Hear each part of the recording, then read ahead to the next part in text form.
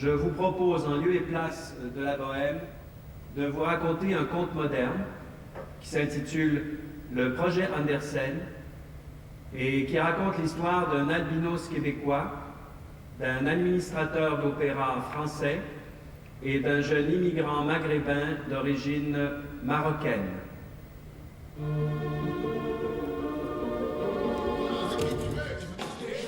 Yves Jacques interpreta el proyecto Andersen de la compañía quebequense Ex Machina y su director Robert Lepage.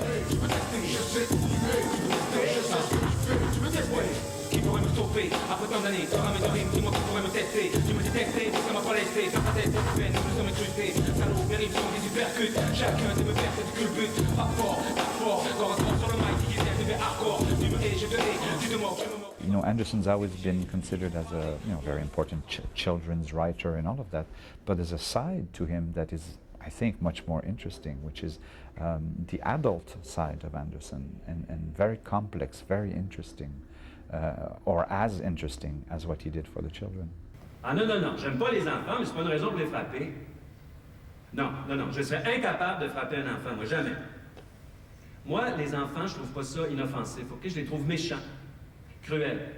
On a toujours eu l'image d'un conteur pour enfants qui aime les enfants et qui est un homme qui était plutôt correct et tout, mais on réalise finalement, en lisant la biographie, qu'il détestait plutôt les enfants, qu'il n'aimait pas vraiment les enfants. Quand est venu le moment de lui faire une statue, on lui a proposé que la statue soit sculptée, entourée d'enfants. Il dit « Ah non, surtout pas d'enfants ». Au lieu de faire bêtement un portrait de Hans Christian Andersen, au travers de 2 ou 3 personnages, on va comprendre qui était Hans Christian Andersen. On n'est pas là pour lui lancer des fleurs, mais en même temps, on lui lance des fleurs parce que c'est un immense conteur. C'est magnifique, les contes. Moi, j'ai la brique des centaines de contes qu'il a écrits, et puis je m'inspire de ça. J'ai lu dernièrement, je n'avais pas encore lu La Petite Sirène. C'est magnifique. Et donc, oui, tout ça sert à valoriser aussi Andersen. On ne raconte pas d'histoire au public, on leur raconte la vraie histoire. Je suis à Paris. Non, c'est pas pour les vacances, pour le travail. Oui, j'ai décroché un contrat de librettiste à l'Opéra de Paris. Ben, on m'a demandé d'adapter un conte d'Andersen. C'est un spectacle pour enfants. C'est le projet Andersen. Parce que c'est un type qui arrive de Montréal, qui s'appelle Frédéric Lapointe et qui a été chargé d'écrire un livret pour un opéra pour enfants. Donc c'est un projet parce que le spectacle n'aura jamais lieu.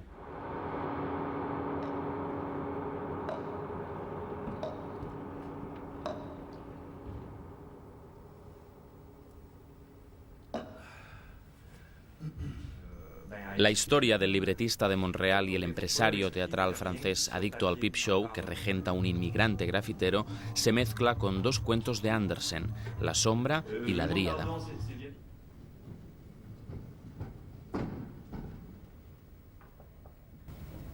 Tu veux peut-être que je te raconte une histoire? Qu'est-ce que tu veux entendre? Ah non, pas l'ombre. Parce que si papa te raconte l'ombre, tu ne vas pas dormir. Donc Robert Lepage se sert énormément de la technique pour raconter des histoires. Mais la technique n'écrase jamais la performance de l'acteur et n'écrase jamais le spectacle. C'est pour aider, c'est pour mieux raconter. Et ce qui est formidable, c'est qu'il y a des moments de grande technologie, des choses qu'on n'a jamais vues au théâtre. Et tout à coup, il y a une grande simplicité aussi, où je me sers d'une simple lampe pour raconter le conte de l'ombre de Hans Christian Andersen. Peut-être qu'Andersen tente de nous dire qu'il y a en chacun de nous une part d'ombre et que si nous la laissons nous dominer, elle finit toujours par nous détruire. Robert Lepage n'est pas là pour faire une démonstration de tout ce qu'il peut faire en technique. La technique doit servir l'histoire. Now the audience is exposed to many, many ways of telling a story. He sees television a lot, he sees cinema. People tell stories in commercials, in rock video.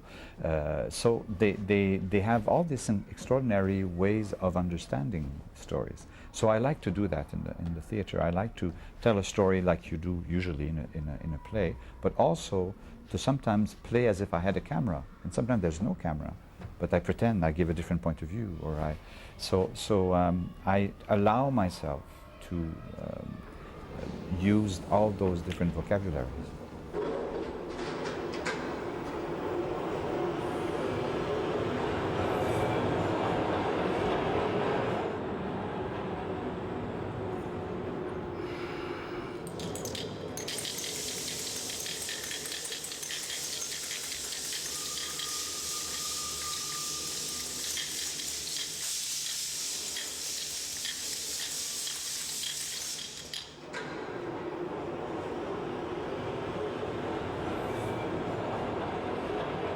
Hans Christian Andersen, reconocido escritor de cuentos para niños que detestaba a los niños, mito nacional danés, en su propia vida no supo dar ni recibir, y en su diario registraba la frecuencia de sus masturbaciones. In the case of Andersen, he never had sex. He had a lot of solitary sex, and he would write about it. And you'd go, oh my God, this is interesting, because it's a curious thing to know about Andersen, but that means that that kind of communication he could not have. So it explains a lot about the other kinds of communication that he had in his life, and one of them being his writing for children. En septembre 1843, Andersen fait la connaissance de Jenny Lind, une jeune cantatrice suédoise qui était surnommée le Rossignol du Nord. Un être torturé, seul.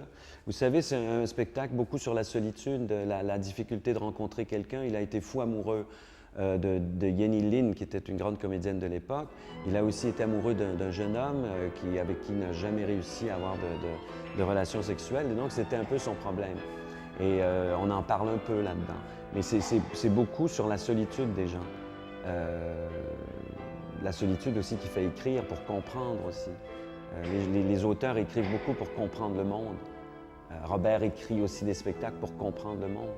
Donc, et je pense que le public vient voir les spectacles pour essayer de comprendre un peu mieux comment cette planète tourne et comment on y vit, comment on est. C'est un petit peu notre mandat, nous, acteurs et artistes, d'une certaine façon.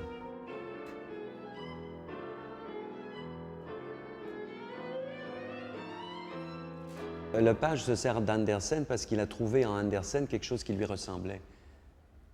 Donc c'est beaucoup de ça qu'on parle. On ne parle pas uniquement d'Andersen.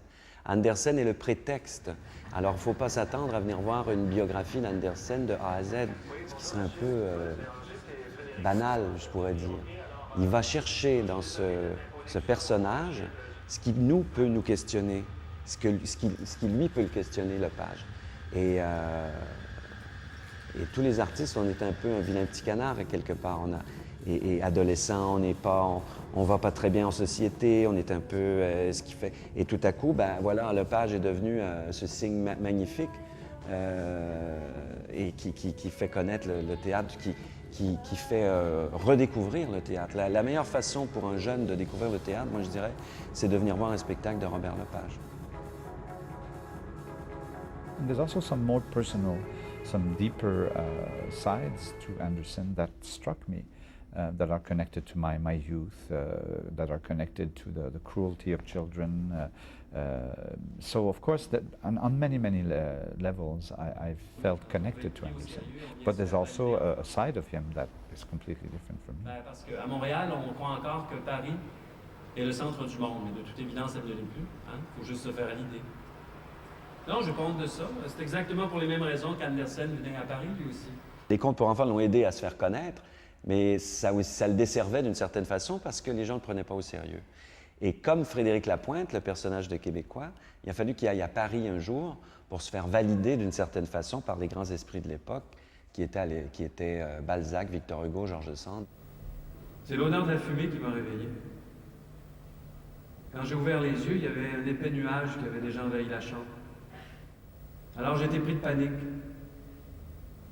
Je me suis rendu dans le corridor, mais les flammes avaient déjà gagné la cage d'escalier. Et je me suis dit qu'ironiquement, tout ça allait se terminer cruellement. comme dans un conte d'Andersen, où les êtres humains qui ont de trop grands désirs et de trop grandes ambitions sont toujours punis,